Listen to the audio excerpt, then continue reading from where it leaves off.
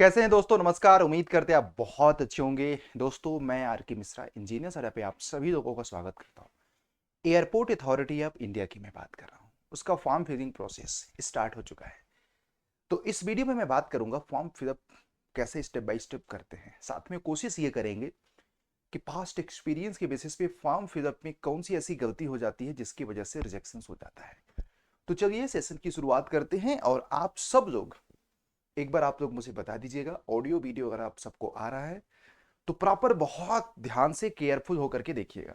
सबसे पहले तो देखिए, यहाँ पे ऑनलाइन एप्लीकेशंस 25 तारीख से स्टार्ट हो चुका है एंड 25 मई लास्ट डेट है। तो आप लोग कोशिश यही करिएगा कि लास्ट डेट के पहले आप फॉर्म फिलअप को कंप्लीट कर दीजिएगा।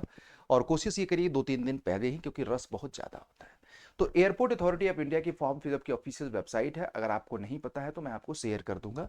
इसमें सारे एडवर्टीजमेंट के इंपॉर्टेंट पॉइंट्स ऑलरेडी हमने डिस्कस कर लिया है। एक बार आप लोग चेक कर सकते हैं। जैसे अगर आपको रजिस्टर करना है तो यहाँ पे टिक करना है। अगर आपको ऑलरेडी रजिस्टर कर रखा है तो यहाँ पे टिक करना, जिसमें आपको यूजर आईडी पासवर्ड मिल गया होगा। तो मैं उम्मीद करता हूं कि आप लोग अभी फर्स्ट फ्रेश रजिस्ट्रेशन कर रहे होंगे, राइट। तो चलिए वीडियो की शुरुआत करते हैं। और सबसे पहले तो देखो, आपको प्राइमरी रजिस्ट्रेशन में कुछ बेसिक डिटेल्स वगैरह भरनी होती है और ये डिटेल्स आपकी मॉडिफाइड नहीं होंगी। तो एक चीज़ याद रखिएगा, जब भी आप इस चीज़ को भरें बहुत केयरफुल होकर के। मल्टीपल फॉर्म्स भरने की कोशिश मत करिए, उसमें भी रिजेक्शन के चांसेस होते हैं। बहुत सारे बच्चों से क्या होता है कि यहाँ पे ध्यान दे करके फॉर्म को नहीं भरते हैं। फिर तो कई सारे बार फॉर्म को अलग अलग, भाई मोबाइल नंबर कितना चेंज करोगे, मेल आईडी कितना चेंज करोगे, इसके बाद तो चलो अपना एड्रेस कितना चेंज करोगे। तो मैं आप सब ये वाला पोर्शन बहुत केयरफुल होकर भरना है। किस पोस्ट के लिए? तो ऑब्वियस बात है, एआई एटीसी के लिए फॉर्म इस समय है, तो यहाँ पे टिक करोगे तो एआई एटीसी आ जाएगा। फिर अपना पोस्ट कोड ऑटोमेटिक आ जाएगा, आपको चिंता करने की जरूरत नहीं है। कैंडिडेट नेम, फुल नेम, तो जो भी आपके मार्कशीट पे होगा, जो आपके डॉक्यूमेंट्स पे होगा, वही आपको भरना है यहाँ पे। फिर उसके बाद अपना मोबाइल नंबर, अपने मोबाइल नंबर को कंफर्म करिए, अल्टरनेट मोबाइल दीजिए, ईमेल एड्रेस, और अपने ईमेल एड्रेस को कंफर्म करके आपको आगे प्रोसीड कर देना है। तो जैसे ही आप इसको प्रोसीड करोगे मेरे भाई, आपको सबसे पहले ये सारी चीज़ें करके एक जनरेट ओटीपी आएगा। क्योंकि अब ऑब्वियस बात है, वही मोबाइल नंबर दीजिएगा जो आपको ज़रूरत है। अच्छा, वीडियो प्रोसीड करने के पहले एक चीज़ मैं आपको इंपॉर्टेंट बता दूं कि अगर आप एटीसी की प्रिपरेशंस करना चाहते हैं मेरे भाई, तो इंजीनियर सडा आप लोगों के साथ है। और इस समय आप लोग क्या कर सकते हो कि एआई एटीसी का बहुत ही सिस्टमैटिक तरीके से यहाँ पे बैच चल रहा है। आप लोग इन बैचेस को इनरोल्ड कर सकते हो, राइट। और यहाँ पे ये बैच देखिएगा है आपका, ठीक है। तो बस सिंपल सी बात है, आप इसको प्रिपेयर स्टार्ट कर सकते हैं, अपनी जर्नी को यहाँ से स्टार्ट कर सकते हैं। एक नंबर है, उस पर फ़ोन भी कर सकते हैं आप, ठीक है। चलिए, तो चीज़ों को शुरू करते हैं। और यहाँ पे बहुत ही सिस्टमैटिक तरीके से चीज़ें हैं। आपको यहाँ पे ज्वाइन कर सकते हैं। तो ज्वाइन करने के लिए Y201 कोड यूज कर सकते हैं, सिंपल सी बात है। या आप एक नंबर है, उसको आप क्या कर सकते हैं, उस पर फ़ोन कर सकते हैं, ठीक है। जो नंबर आपको स्क्रीन पे फ्लैश हो रही है, इस बैच की सारी जानकारी है, ठीक है। तो जैसे ही ओटीपी को जनरेट करेंगे और फिर उसके बाद डिक्लेरेशन को टेक करेंगे और आगे बढ़ जाएंगे, तो आपका प्राइमरी रजिस्ट्रेशन हो जाएगा। तो रजिस्ट्रेशन करते समय आई एग्री के साथ साथ आपको कैप्चा वगैरह सबमिट करना होता है। तो आपको आपकी मोबाइल नंबर पे, आपके मेल आईडी पे एक यूज़र आईडी रजिस्ट्रेशन नंबर पहुंचेगा। फिर उसके बाद यहाँ पे आप जैसे ही आएंगे, एप्लीकेशन लॉगिन करोगे। जैसे मैंने आपको शुरुआत में बताया था, लॉगिन जब आप करोगे तो यहाँ पे आपको रजिस्ट्रेशन नंबर आएगा, ईमेल आईडी आ जाएगा, एप्लीकेशंस के नाम आ जाएंगे, मोबाइल नंबर आ जाएगा, कैंडिडेट फुल नेम आ जाएगा, सब कुछ आएगा। तो यहाँ पे आपको टिक करना है go to the application form. तो जैसे ही go to the application form tick करोगे ना, तो आपको ये सारे आपको आ जाएगा। इसमें 4 पार्ट में डिवाइडेड है। एक तो एलिजिबिलिटी क्राइटेरिया है, दूसरा कम्युनिकेशन डिटेल्स है, तीसरा आपको qualification experience and documents and payment है। ये आपको 4 स्टेप में पूरा का पूरा डिवाइडेड है। सब चीज एक साथ कर सकते हो, है ना। तो फिर ये बहुत सारे डिटेल्स आप लोगों को भरने हैं, बहुत सारे डिटेल्स आप लोगों को, जैसे आपके पोस्ट जेंडर आपको भरना है, डेट ऑफ बर्थ भरना है, नेशनलिटी भरनी है, और क्या फुल नेम भरना है। ये सारी चीज़ें आप लोगों को भरते चलना है। और प्रॉपर एकदम ध्यान देकर के भरिएगा, मैं आपको बता रहा हूँ, प्रॉपर एकदम ध्यान देकर भरिएगा। किसी भी तरह का गलती होने के चांसेस, गुंजाइश मत करिएगा। वैसे भी आप लोग इतने समझदार हो, मुझे पता है, तो आप लोग इस तरह की गलती तो नहीं ही करोगे, ठीक। उसके बाद आपको क्या है कि सिटी का प्रेफरेंस आपको देना है कि कहाँ कहाँ आप पेपर देना चाहते हैं। तो टोटल आप 5 प्रेफरेंस को दे सकते हैं।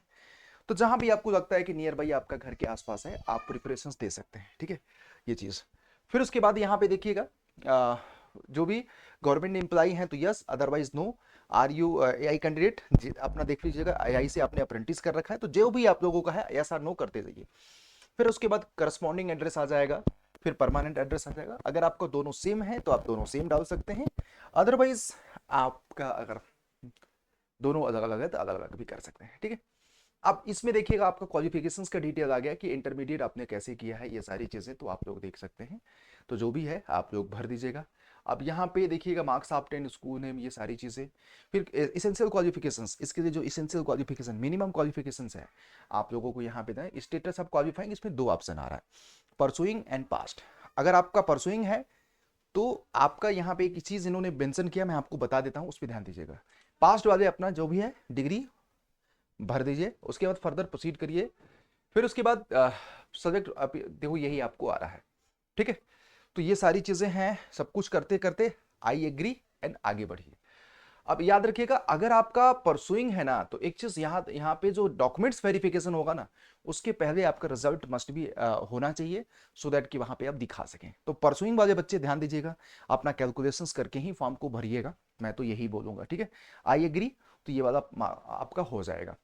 और फिर उसके बाद वहां पर लिखा हुआ है कि have you passed English as one of the subject in 12th standard, तो ऑब्वियस बात है आपको जैसा भी हो ये आप देखिएगा। Have you do you have any minimum proficiency in both spoken English 10+2 standard, तो यस। तो ये इसके लिए तो इस पर्टिकुलर फॉर्म के लिए तो कंपलसरी है, आपको यस ही करना है तभी आप आगे बढ़ पाओगे, ठीक है। और कुछ किसी बच्चे के पास अगर हायर क्वालिफिकेशन है तो आप यहाँ पे डाल सकते हैं, उसका कभी कभी एज मिल जाता है। फिर उसके बाद आपको फोटोग्राफ एंड सिग्नेचर्स को अपलोड करना है। फोटोग्राफ की साइज देखिएगा 10 KB से 100 KB से लेके 200 KB के बीच में होना चाहिए, जेपीईजी एंड जेपीजी फॉर्मेट में होना चाहिए।